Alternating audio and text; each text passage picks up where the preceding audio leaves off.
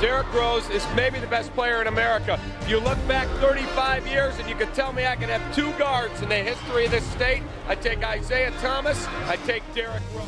It was just a quiet energy. Humble, explosive. Whoa! Stop it! Stop it! What happens when the youngest MVP in NBA history disappears from greatness overnight? How does someone born with generational talent and the hopes of a city on his shoulders fall so fast and somehow find the strength to rise again, silently, humbly, without fanfare? What do you call a man who was supposed to define an era, but instead became a mirror for every athlete who's ever been broken by the game they loved? This isn't just a basketball story, it's the story of Derrick Rose, a kid from Inglewood who touched greatness, lost everything, and still found a way back. His journey isn't one of perfect highlights or polished legacy. It's a journey of pain, endurance, grace, and a kind of quiet courage the box score will never capture. Derrick Martell Rose was born on October 4th, 1988, in the Inglewood neighborhood of Chicago, a place plagued by gun violence, poverty, and shattered dreams. Raised by his single mother, Brenda, and guided by his three older brothers, Reggie, Dwayne, and Alan, Derrick grew up with a rare combination of protection and pressure. His brothers, recognizing his potential early, did everything they could to keep him away from the streets. They trained him, mentored him, and shielded him from negative influences. They saw in Derrick what so many others would later see, a once-in-a-generation athlete with the chance to escape and elevate his family through basketball. Derrick's love for the game was shaped on weathered concrete courts under the flicker of streetlights. He would spend hours working on his game, firing up floaters, mastering crossovers, studying angles. But it wasn't until he enrolled at Simeon Career Academy that his legend truly began. At Simeon, Rose stepped into the shadow of another Chicago basketball prodigy, Ben Wilson, a rising star tragically gunned down before his prime. Derrick wore number 25 in Wilson's honor, and with it came a symbolic weight. Rose delivered. He led Simeon to back-to-back state championships and quickly became the top-ranked point guard in the country. His style of play was smooth yet violent. He didn't dribble, he danced. He didn't drive, he attacked. His rise through the high school ranks wasn't just skill, it was prophecy. After high school, he committed to the University of Memphis, where he joined forces with coach John Calipari. In one electrifying season, Rose led Memphis to a 38-2 record, taking the Tigers all the way to the NCAA championship game. Although they lost in heartbreaking fashion to Kansas in overtime, Rose's ability to control a game without needing to dominate the scoreboard caught everyone's attention. He had the poise of a veteran, the speed of a sprinter, and the instincts of a savant. He declared for the NBA draft in 2008, and as fate would have it, the Chicago Bulls won the lottery. The hometown kid was coming home when the Bulls selected Derrick Rose as the #1 pick. First overall pick in the 2008 NBA draft, the city of Chicago erupted. In his rookie season, he averaged 16.8 points and 6.3 assists per game, leading the Bulls to the playoffs and winning Rookie of the Year. But numbers alone didn't tell the story. His game was electric.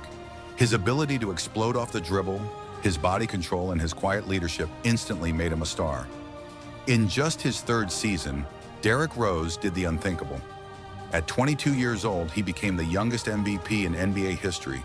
He averaged 25 points, 7.7 assists, and 4.1 rebounds per game, while leading the Bulls to a league-best 62-20 record. He was Chicago's heart and soul, fearless, humble, relentless. He famously asked, "Why can't I be MVP?" and then made the world believe he deserved it. His game wasn't flashy for the sake of style. It was functional brilliance. He broke down defenses with speed and precision, finished through contact, hit clutch shots, and made his teammates better. But as quickly as his rise came, the fall came quicker.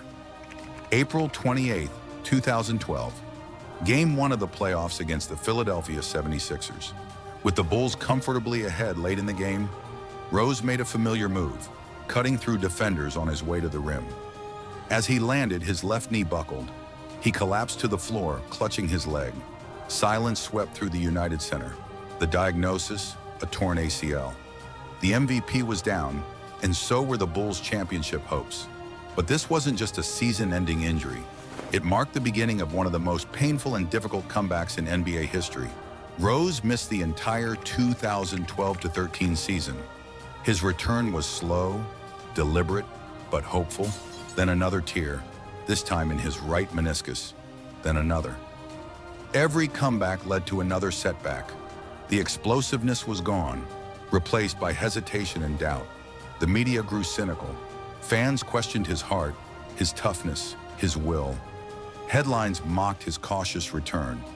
What they didn't see was the mental toll, the weight of being labeled broken, the pressure of trying to live up to a city's dreams while his own body betrayed him. He was traded to the New York Knicks in 2016, and while he showed flashes of brilliance, it was clear he was no longer the same Derrick Rose. Injuries had stolen something, but Rose never asked for sympathy. He kept his head down and kept working. In 2017, he briefly joined the Cleveland Cavaliers, reuniting with LeBron James. But the stint was short-lived. The basketball world largely wrote him off. He had gone from MVP to afterthought. Then came Minnesota. In 2018, with the Timberwolves, Rose found himself in a role player's jersey, far from the spotlight he once owned. But on October 31st, 2018, against the Utah Jazz, something remarkable happened. Derrick Rose erupted for 50 points in an emotional performance that stunned the league. As the final buzzer sounded, he broke down in tears.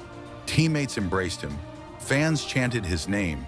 He had reminded the world who he was, not just an MVP, but a fighter. That night wasn't just about basketball, it was about survival. It was a comeback in the truest sense. From there, Rose continued to reshape his career. In Detroit, he averaged nearly 18 points per game and took on the role of veteran leader.